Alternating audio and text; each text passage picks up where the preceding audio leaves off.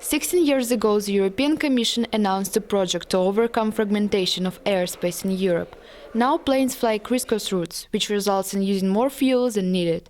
This also means high level of air pollution. One of the goals of the Single Sky is to reduce emissions from planes by 10%, but after all these years, the project is still not fully working.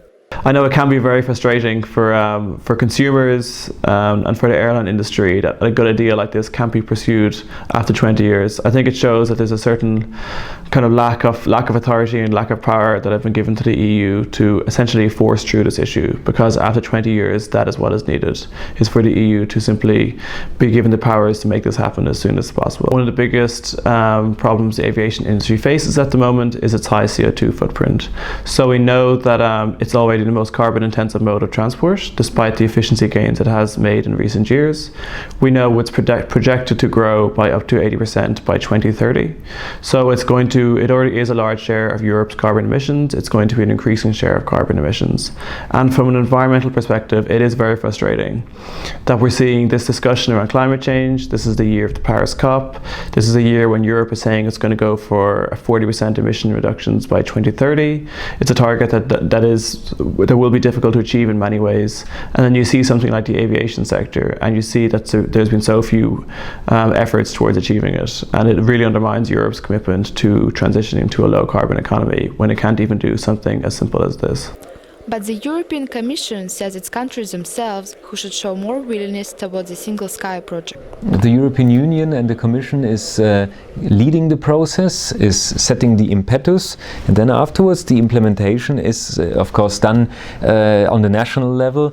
The European Union cannot do everything, but we are doing impetuses, and then once we set this frame, national authorities implement. There is the other side of the coin. The Single Sky would make airspace function more efficiently, and this can boost air traffic. Having a better control over the airspace will of course make it easier to have more direct flights. So in that respect, the individual plane from route A to B will definitely save fuel. But since the coordination of the airspace will be better, we will see an increase in the number of flights.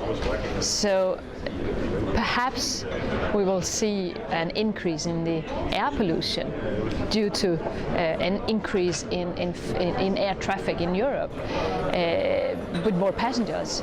So it depends on how you count it. If you count totally in general how the air pollution will be, it might be worse.